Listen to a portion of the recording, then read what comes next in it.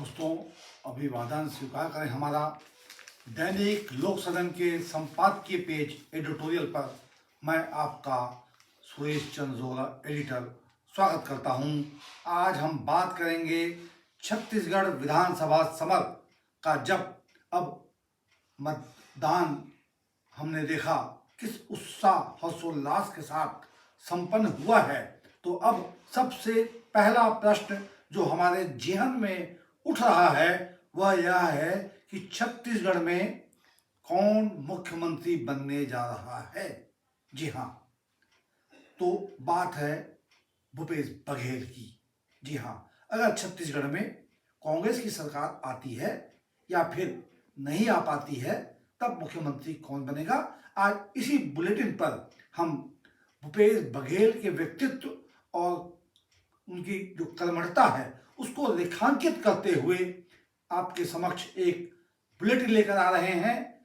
हमें आपसे आशा है कि आप इसे देखने के बाद कमेंट बॉक्स में अपनी बात को रखें, साथ ही इस बुलेटिन को अवश्य रूप से शेयर करें।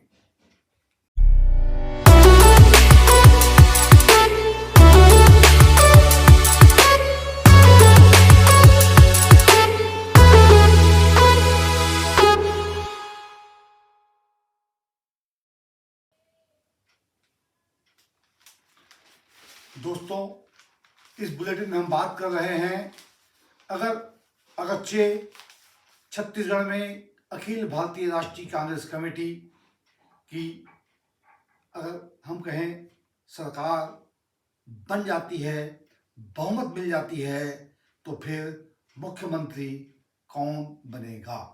जी हाँ, निर्विवाद रूप से जो एक नाम आज सबसे ज्यादा चर्चा में है वह है निवर्तमान मुख्यमंत्री भूपेश बघेल। जी हाँ, जैसा कि हम आपको बताते चलें इसका कारण क्या है। जी हाँ, सबसे पहली बात तो यह है कि 18 से 23 इन 5 वर्षों में भूपेश बघेल ने कांग्रेस को जो एक दिशा दी है और सत्ता के माध्यम से उन्होंने जो एक कर्मठता दिखाई है, काम किया है, वह रेखांकित करने योग्य है। उन्होंने कई अनेक अभिनव योजनाओं को छत्तीसगढ़ की धरा पर मूर्त रूप दिया, स्वरूप दिया।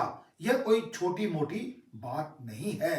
जब आपको बहुत अल्प समय का, हम कहें कि 5 वर्ष का आपको कार्यकाल मिलता है, तो ऐसे समय में पहले ही वर्ष में आपको यह तय करना होता है कि आपकी दशा और दिशा क्या होगी। हम आपको बताते चलें कि 18 के बाद जब शपथ हुई तो 19 में ही भूपेश बघेल जी ने छत्तीसगढ़ को नई दिशा देने का काम गोठान और अन्य अपनी महत्वपूर्ण योजनाओं के साथ लॉन्च करके दिशा देना प्रारंभ कर दिया। परिणाम स्वरूप छत्तीसगढ़ एक अलग दिशा में चलता हुआ दिखाई दिया। भूपेश बघेल की एक बहुत छोटी सी हम बात बताएं आपको, गोबर खरीदी योजना। जी हाँ, यह अभूतपूर्व क्रांतिकारी योजना साबित हुई और यहाँ तक कि आरएसएस को भी गोबर खरीदी को लेकर के भूपेश बघेल की पीठ थपथपानी पड़ी, शाबाशी देनी पड़ी। परिणाम स्वरूप भारतीय जनता पार्टी और उसका जो नेतृत्व है वह सत्य के हालात में था और मौन रह करके वह सिर्फ देखता रह गया कि किस तरह भूपेश बघेल छत्तीसगढ़ को गढ़ रहे हैं, नया स्वरूप दे रहे हैं। तो कुल जमा यह हमारा यह मानना है, जो चर्चा के सार स्वरूप यह तथ्य हम आपको बताते चलें कि अगरचे छत्तीसगढ़ में कांग्रेस पार्टी अपना बहुमत प्राप्त करती है, सिद्ध करती है, तो फिर सबसे बड़ा चेहरा मुख्यमंत्री चीफ मिनिस्टर का होगा भूपेश बघेल का। और इसके अलावा कुछ नाम और भी हैं जो हम आपसे उन पर विस्तृत चर्चा करते हुए उनकी सकारात्मकता और नकारात्मकता दोनों पर ही आपको विशद रूप से विश्लेषण करते हुए आगामी बुलेटिन में बताने का प्रयास करेंगे। मगर इस बुलेटिन का जो सार है वह है भूपेश बघेल का चेहरा।